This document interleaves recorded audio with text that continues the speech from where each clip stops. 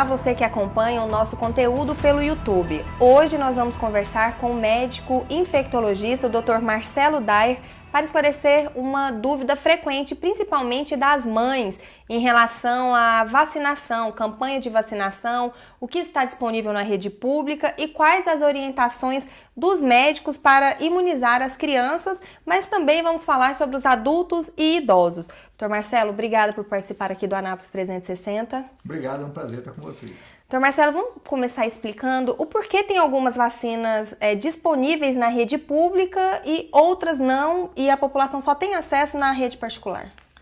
Bom, isso é normal no mundo todo, né? As vacinas, elas são muito caras, muito difíceis de serem produzidas. Isso, há um tempo atrás, era mais marcante. Hoje isso diminuiu muito. Hoje a gente pode considerar como o cartão vacinal da rede pública e o cartão do Brasil um dos mais completos do mundo. Nós temos quase todas as vacinas disponíveis mundialmente na rede pública do país. Então o cartão de vacina nosso é muito completo. O que a gente precisa trabalhar mais ainda é que as pessoas façam a vacina. Então, se tem uma coisa que deu certo no país e deu certo bem, foi o Programa Nacional de Imunização. Ele funciona bem, com várias vacinas e disponível. O que acontece, um outro fato que às vezes limita a entrada de alguma vacina na rede pública?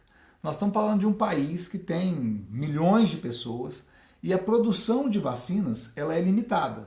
Então eu dependo de vários materiais para produzir uma vacina. Eu não consigo, vamos dizer, gripe, é o que é mais comum, né? Por que não vacina todo mundo, toda a população contra a gripe e eu faço separação por faixas etárias ou por grupos de risco? Porque não existe produção mundial suficiente para atender o país todo. Então é uma vacina difícil de ser produzida e mesmo que o Brasil quisesse, ele não conseguiria vacinar todo mundo. E aí, todos os países fazem isso. Eu escolho meus grupos de risco e minha população de risco.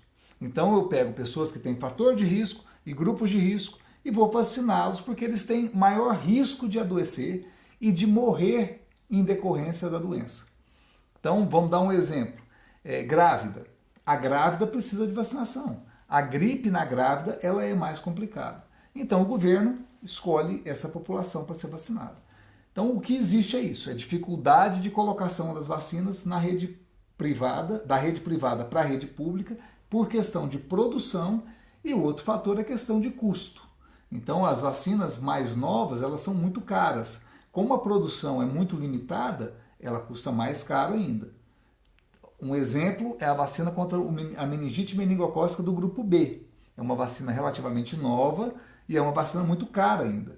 E mesmo que o governo quisesse comprar, não existe produção mundial para atender o governo, porque só tem 2 produtores no mundo que fornecem a vacina, que produzem. Que fornece para o Brasil é só um produtor. E ele não consegue atender nem a rede privada, que representa mais ou menos 1% do que é vacinado no Brasil todo. Então não consegue, realmente não consegue atender a demanda. Por falar em gripe, no dia 10 de abril, se não me engano, começa a campanha de vacinação contra a influenza em 2019. Tem alguma coisa diferente no calendário esse ano? Não, o calendário é o mesmo, vai ser estratificado por grupos e fatores de risco. Então as pessoas vão poder se vacinar, idosos acima de 60 anos, crianças até 5 anos, gestantes, pessoas com algum problema específico de saúde, né? HIV, imunossupressão, doença pulmonar, doença cardíaca, imunossupressão como lúpus. Então essas pessoas podem se vacinar e devem se vacinar e a gente espera, gestantes, e a gente espera que a população vá até as unidades para receber a vacina. Então é importante que as pessoas se vacinem para que a gente não tenha circulação. E uma coisa que é importante, quando a gente protege uma grande parte da população, o vírus tem mais dificuldade de circular. Então as pessoas não vacinadas acabam sendo protegidas indiretamente. Então, se eu tenho muita gente vacinada e poucas pessoas não vacinadas, o vírus não vai circular. Se for o contrário, eu tenho muitas pessoas não vacinadas, aquelas poucas pessoas vacinadas não impedem a circulação do vírus, protegem individualmente só. Então o que a gente precisa fazer é vacinar a maior quantidade de pessoas possíveis. E se eu vacinar todas as pessoas com fatores de risco e do grupo de risco, eu consigo diminuir de maneira importante a circulação do vírus. Então, Marcelo, por que hoje existe uma certa resistência em relação à vacina? No caso da influenza, da gripe, eu mesma várias vezes já ouvi pessoas dos grupos de risco dizer que não vai vacinar porque vacinou e ficou doente, pegou uma gripe forte. É um mito? Vamos esclarecer essa situação. É um mito total. A vacina ela é produzida da seguinte maneira: eu pego o vírus, e essa é uma pergunta até interessante. Quando a gente entende, a vacina é feita todo ano. A vacina é feita todo ano porque a vacina ela muda todo ano a composição dela. Então, todo ano a Organização Mundial de Saúde ela faz uma avaliação global de quais vírus estão circulando, os vírus influenza, no mundo todo. E a gente pode dizer que Anápolis é uma cidade privilegiada. Nós temos um núcleo de observação de coleta de material de influenza aqui em Anápolis. Então a gente manda essas informações para a Organização Mundial de Saúde. Eu estou alimentando o sistema da Organização Mundial de Saúde. Com base nessa informação, ela me fala e fala para os laboratórios, a vacina do ano que vem tem que ter tais cepas da vacina. Então ela me diz quais são as cepas do influenza que tem que ter na vacina. Obrigatoriamente é um H1N1, H3N2 e um influenza B. E aí a cepa vai dizer qual que é o H1N1, qual que é o H2N3, qual é a composição. Então, isso aí é a procura que é feita. Essa vacina é feita da seguinte maneira: eu pego as cepas, eu vou cultivá-las, aí eu vou repicar essa cepa em ovos. Por isso que a produção é difícil. Eu preciso ter ovos específicos, especiais para replicar. Esse vírus, quando eu faço a replicação, eu atenuo ele fica mais fraco. Quando esse vírus, depois de enfraquecido, ele é inativado e fragmentado. Então o que eu tenho na vacina são fragmentos do vírus, ou seja, o vírus não está vivo. Ele foi todo fragmentado, são partículas do vírus. E partículas pequenas, não é nem o vírus todo. Então a gente chama de subunitária. Então, essa vacina não tem a menor possibilidade de que ela cause a gripe, porque eu estou vendo partículas do vírus e não estou vendo o vírus todo. Então, o que acontece, na verdade? A gente vai começar a vacinação numa época que começam casos de gripe, né? Começa a mudança de temperatura. Esse ano ainda até está bom, não está frio ainda, a temperatura está amena. Mas quando eu tenho uma alteração muito grande de temperatura, o vírus começa a circular com maior rapidez, com maior facilidade. E as pessoas vão para uma fila, às vezes chegam muito cedo, têm contato com outras pessoas, às vezes pessoas gripadas, e acabam gripando. E referem isso como se fosse da vacina. Quando a gente pega os dados, quantas pessoas se vacinaram que tiveram reação? 10% só que tiveram reação.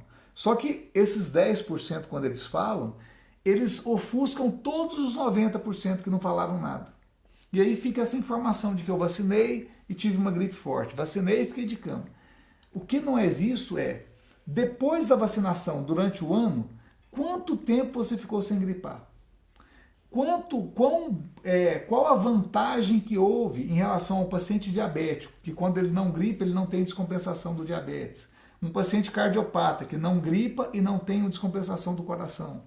Essas coisas são muito importantes a gente avaliar também, porque a vacina não é só para proteger contra a gripe, mas nesses grupos de risco, contra a descompensação dessas outras doenças, que são doenças graves e que podem levar à internação. Então a gente diminui a internação hospitalar também com a vacina. Em relação ao sarampo, nós já temos casos aqui no Brasil, um país que já foi considerado livre, com a doença erradicada. O que acontece? É exatamente por causa dessa falta de vacinação?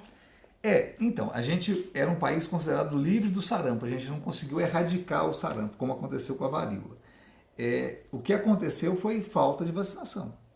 Então, e aí o exemplo isso é bem marcante. Foi culpa da Venezuela. Os venezuelanos entraram no Brasil e trouxeram o sarampo.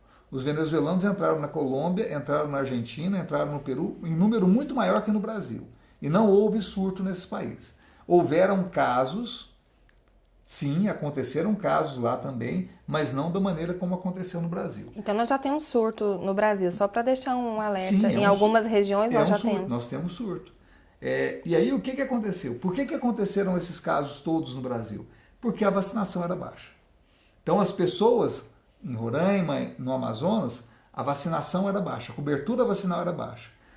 É aquilo que eu falei. Se eu tivesse um número grande de pessoas vacinadas, o vírus não consegue entrar. Como eu não tinha esse número grande, a minha barreira caiu. O vírus entra e circula livremente. E aí ele começa a causar doença nessas pessoas todas. Então, se a cobertura vacinal é baixa, eu tenho surto que circula. Esse é o grande problema. E aí um exemplo marcante do país, a gente pega, o país é de dimensões continentais e locais de muito difícil acesso. Mas vamos lá no Rio de Janeiro, um estado desenvolvido, tem dificuldades e tal, mas é um estado de fácil acesso a qualquer coisa. É o estado com menor cobertura vacinal do país. Então, isso não dá para falar que a culpa é do governo. O Programa Nacional de Imunização, ele disponibiliza vacinas em todas as unidades de saúde, não é campanha de vacinação. É só a pessoa chegar e falar assim, eu vim vacinar contra o sarampo. E gratuito. E gratuito. E ele recebe a vacina na hora. Vim trazer meu filho para se vacinar. E ele recebe a vacina na hora. Então, isso é falta de conscientização. É achar que a doença está sob controle e não fazer a vacina. E aí vem outra coisa. É não conseguir, aí é o governo realmente não conseguir bloquear a doença a tempo. Nós ficamos 1 ano com casos de sarampo e por isso que nós perdemos a certificação. Todos os países que ficam com 1 ano, durante 1 ano todo, identificando casos novos, ele perde a certificação. Se a gente tivesse conseguido bloquear, vacinei todo mundo, eu bloqueei. Eu fiz um bloqueio, o vírus não está circulando mais. Eu conseguia manter minha certificação. Perdeu porque não conseguiu fazer isso. Não foi efetivo nisso. E a doença aconteceu não só na região norte. Ela começou a acontecer em vários locais do país. A região centro-oeste está bem. Goiás, Mato Grosso do Sul Era não isso teve que eu ia caso. perguntar, se em Goiás a gente já tem casos de sarampo. Não, nós estamos bem, a nossa cobertura vacinal é boa. Não teve circulação do vírus aqui. Então nós estamos bem nesse sentido. Mas outros estados não conseguiram. Mas nós tivemos problema com catapora. Catapora a gente ainda tem problema porque a vacinação é feita em uma dose só. É só no primeiro ano. Agora que vem uma implementação para uma segunda dose. E uma dose só a gente sabe que não consegue proteger para a vida toda. Então é a segunda dose que vai ser feita, que vai ser implementada de maneira em massa, né, na rede pública, que vai garantir a proteção. A maioria das crianças que vacinaram na rede privada e que tomaram 2 doses da vacina estão protegidas e não estão tendo catapora. Houve problema com cachumba, mas cachumba é um problema que acontece no mundo todo, que já tem esse conhecimento, que a proteção da vacina cai. Então, mesmo quem tomou 2 doses acaba tendo uma queda da proteção. E quando o vírus circula de maneira importante, acaba tendo alguns casos. Mas também todos os casos aqui foram passíveis de controle. A gente conseguiu controlar e bloquear a circulação. Certo. No caso da meningite, nós temos vários tipos da doença, vários vírus que provocam as doenças, inclusive tem a bacteriana também. Uhum. Eu queria que o senhor explicasse o que está disponível na rede pública e qual a orientação médica, o que os pais devem se preocupar, principalmente aqui na nossa região. Então, a gente estava falando de vacinas, a gente falou de várias vacinas com o nome da doença.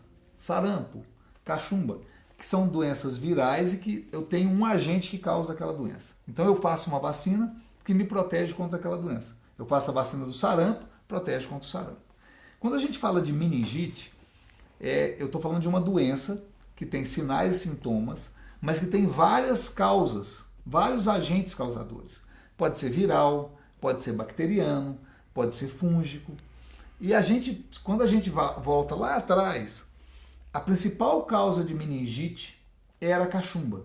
Lá atrás, 1990, no Brasil era cachumba. Era uma meningite viral causada pela cachumba. Quando a gente começou a vacinar em massa, a gente diminuiu meningite viral no país causado pela cachumba. Meningite bacteriana. A principal causa de meningite bacteriana pré-vacinação era o Haemophilus influenza do tipo B.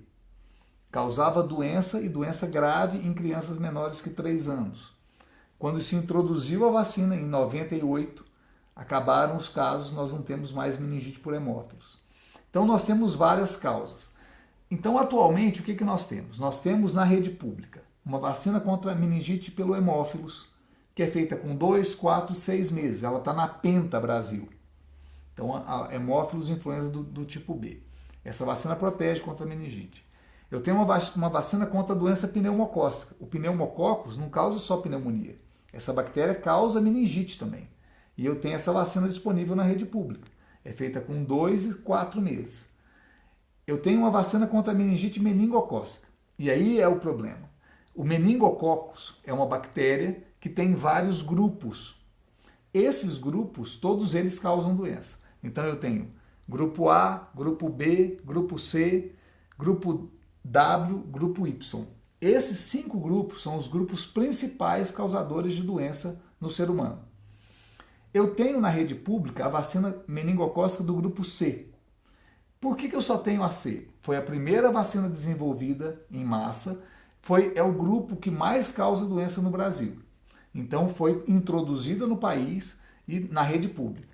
Com isso eu consegui diminuir a incidência da doença, principalmente em crianças com menos que 4 anos, porque a vacina só estava sendo feita nessa faixa etária. Os outros sorogrupos causam doença menos frequente. O grupo que causa doença da mesma maneira que o C, da mesma intensidade, é o B. E essa vacina é uma vacina mais nova, foi introduzida há pouco tempo. Então, o que a gente tem de vacinas? Na rede pública eu tenho a meningite meningocócica do grupo C. Todas as pessoas devem se vacinar. Crianças faz 2 doses de um reforço, com 3 e 5 meses e um reforço com 15 meses. E agora está tendo um chamamento para crianças mais velhas, adolescentes, entre 11 e 12 anos. Então, por que eu estou fazendo a vacina entre 11 e 12 anos? Porque é em outra faixa que também a doença incide com muita frequência. Se eu conseguir vacinar todas as crianças e essa outra faixa de 11 e 12 anos, eu consigo diminuir a circulação dessa bactéria. Na rede privada, eu tenho outras vacinas. Então eu tenho uma vacina mais completa um pouco do que só a C, que é a ACWY. Ela protege contra 4 sorogrupos do meningococcus. Dá uma proteção como o meningo C, protegendo mais os outros 3. E tenho a meningo B. Meningo B é uma doença que foi uma dificuldade enorme de se produzir uma vacina, porque a bactéria, a cápsula da bactéria, ela parece com uma célula nossa. Então eu não consigo produzir algo para me defender. Porque se o meu organismo começa a me defender, eu não agredi a bactéria, eu vou me agredir. Então foi difícil. Então pesquisadores tiveram uma segunda ideia. Ao invés de proteger contra a cápsula externa da bactéria, eu peguei cápsula interna da bactéria. Então é uma vacina mais difícil de produção. Essa vacina é mais difícil e a produção é mais limitada. Essa vacina está disponível na rede privada. Quando ela vai chegar na rede pública, a gente não sabe dizer, porque aí vem de capacidade de produção, de preço e tudo mais. E não é um problema, quando a gente pensa em rede pública e rede privada, a gente tem que entender como é que funciona o pensamento dos dois setores. Quando eu estou na rede pública, eu quero diminuir a incidência da doença na minha população. Então, se eu tenho uma doença que acomete 50%, 70% da população, e eu consigo diminuir isso para 1%, tá joia. Eu consegui fazer o meu dever de casa. Quando eu estou na rede privada, eu não quero que o meu paciente seja aquele 1%. Então, a minha proteção, o meu esforço vai ser o máximo para que aquela pessoa não adoeça de nada. Então, eu tenho que oferecer todos os recursos possíveis para proteger aquela pessoa. Então, são visões diferentes. Uma é visão coletiva, outra é visão individual. Então, só para a população entender, porque às vezes fala assim, a vacina é cara, se eu não tiver dinheiro, então eu morro. Não é assim. Se a população for até a rede pública e fizer a vacina contra a meningite C, como tem que ser feito, já diminui enormemente a chance da doença. O que acontece no Brasil hoje? Nós temos um calendário de vacina completo, muito bom, com baixas coberturas vacinais. Esse é o problema. O problema não é não ter a vacina. O problema é que a população não vai até a unidade se vacinar. Esse é o problema maior. Então a gente precisa que as pessoas entendam que as vacinas estão disponíveis, mas que elas não funcionam na geladeira. Elas funcionam na população. Então eu preciso que a população vá até a rede pública e se vacine. Se a gente conseguir fazer isso, nós vamos diminuir enormemente a doença. Eu acho que outra dúvida frequente, principalmente de pais, é em relação ao HPV, a vacina, na rede pública. O ideal, como em todos os outros casos, é levar para vacinar, independente dos mitos. Eu até queria que o senhor falasse sobre as principais dúvidas e os mitos que surgiram em relação a essa vacinação. Então, a vacina de HPV é uma conquista muito grande, científica e para a população. É uma doença que a principal causa, né, é a causa do câncer de colo, de útero, é uma causa comum de verruga genital, é uma causa de câncer de pênis, câncer de ânus, então câncer de vagina. Então é uma vacina que funciona. O governo colocou essa vacina na rede pública de maneira rápida e a melhor vacina, a vacina quadrivalente. Então protege contra, além de verruga genital, contra o câncer do colo. Essa vacina foi largamente utilizada nos testes, mais de 40 mil doses utilizadas. A vacina vem sendo utilizada com frequência no mundo todo, Austrália, Estados Unidos, Europa todo, Brasil todo. E o exemplo da Austrália é o melhor exemplo, porque quando a Austrália introduziu a vacina, e a vacina foi introduzida inicialmente só para mulheres, o que eles observaram? Com a vacinação em massa nas meninas, o número de verrugas genitais nos homens diminuiu. Então, a vacina, quando eu vacino as meninas, eu protegi os meninos indiretamente. E a Austrália passou a vacinar os meninos também. Então, hoje a gente vacina mulheres e homens. A idade, doutor Marcelo? A idade no Brasil ela é de 9 até 14, quase 15 anos. 14 anos, 11 meses e 29 dias. E a proteção é muito boa. Eu diminuo a incidência de todas as doenças oncológicas, câncer do colo do útero, câncer de vagina, câncer de pênis, câncer de ânus, além das verrugas genitais. Então, uma proteção excelente. E eu preciso agora que as pessoas se vacinem. A Austrália, com essa medida, reduziu drasticamente a doença. E o Brasil tem capacidade para isso. O que eu preciso? Que as pessoas se vacinem. O Brasil colocou a vacina entre 9 e 14 anos, 15 anos incompletos, para meninos e meninas. Populações vulneráveis, então pacientes com HIV, podem fazer a vacina, fazem até 26 anos. E aí, com isso, a gente diminui a doença também. Agora, a gente precisa vacinar. Não adianta eu achar que a vacina é muito boa, o governo está oferecendo a vacina e as pessoas não vacinam. Aí vem aquela outra coisa. Eu quero a que não tem na rede, mas a que tem, eu não quero. A vacina da rede pública é igual à vacina da rede privada. Tão boa quanto. Porque a vacina é igual. O que é o limitador? Na rede pública eu tenho um limitador de idade, porque o governo não consegue fazer a vacina para todo mundo. Na rede privada eu posso vacinar homens e mulheres em qualquer idade, a partir de 9 anos. Então 27, 28 anos podem se vacinar. Na rede pública de 9 a 14 anos. Mas se eu conseguir vacinar esse grupo, já vai ser um grande marco para o país. Só que nós não estamos conseguindo atingir essa população. No caso do HPV, essa idade é porque a incidência de contágio com HPV é menor? Tem que ser vacinado antes de ter o contato com a doença? Seria isso? Não, a vacina pode ser feita em qualquer época. Na rede pública, a vacina é feita de 9 a 14 anos. Esse é um fator, porque eles provavelmente não tiveram contato com a doença ainda. E o outro fator é porque nesse grupo, nessa faixa etária, a vacina protege mais. Ela é mais imunogênica.